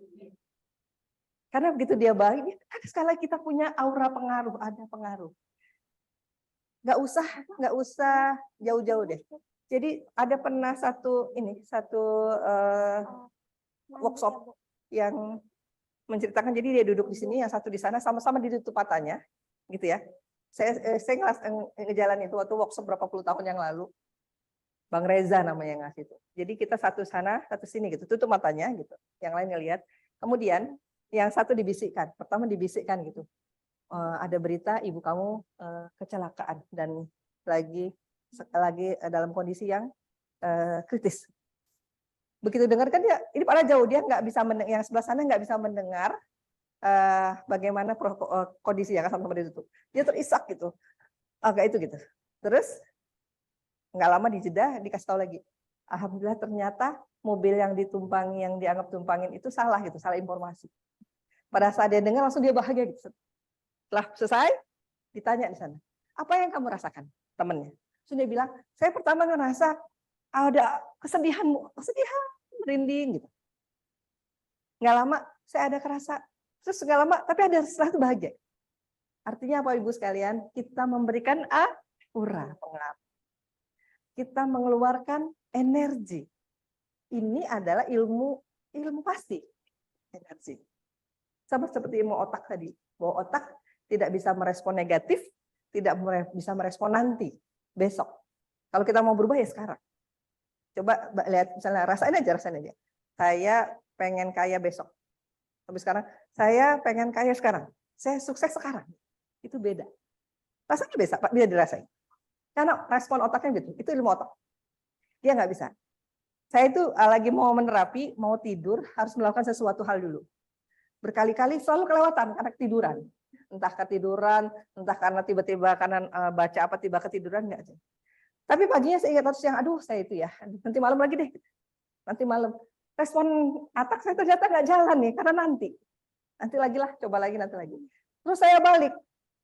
Begitu saya kelewatan, saya kerjain yang itu. Sekarang saya kerjain ini pengganti yang semalam. Saya kerjain gitu. Ternyata responnya beda Ibu-ibu. Malamnya saya bisa mengerjakan itu. Karena otak kita akan merespon yang positif dan sekarang.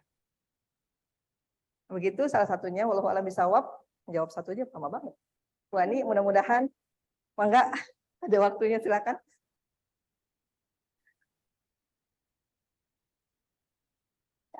Mangga ini saya. Ya mudah-mudahan bisa tangkaplah sendiri, saya meliput sendiri. Siap. Enggak, Mbak Oman.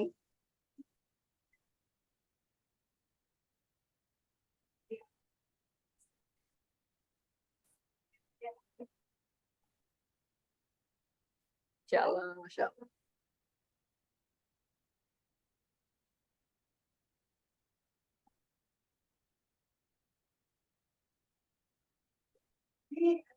Betul sekali.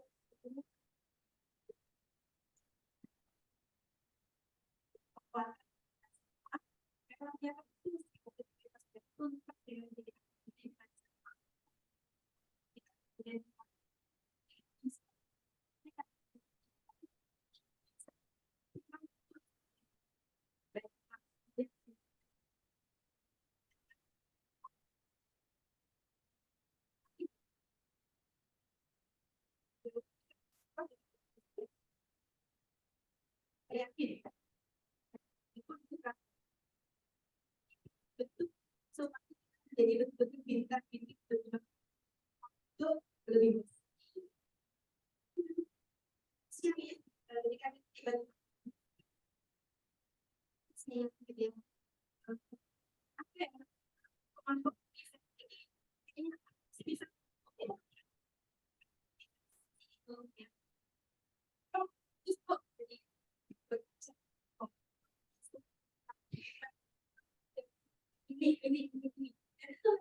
jadi bahkan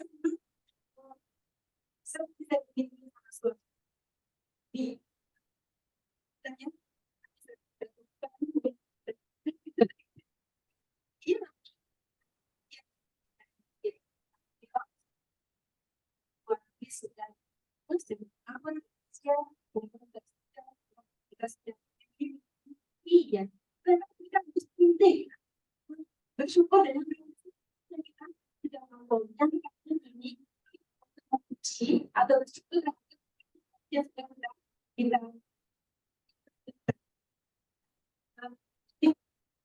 iya yang perlu kita cita supaya potensi supaya kita bisa melonjak itu enggak sehingga kita harus sadar meskipun memang kita membumi harus selalu alami kita membumi ini bagian Waktunya berapa menit lagi nih? Habis ya? Jam 3. Oke.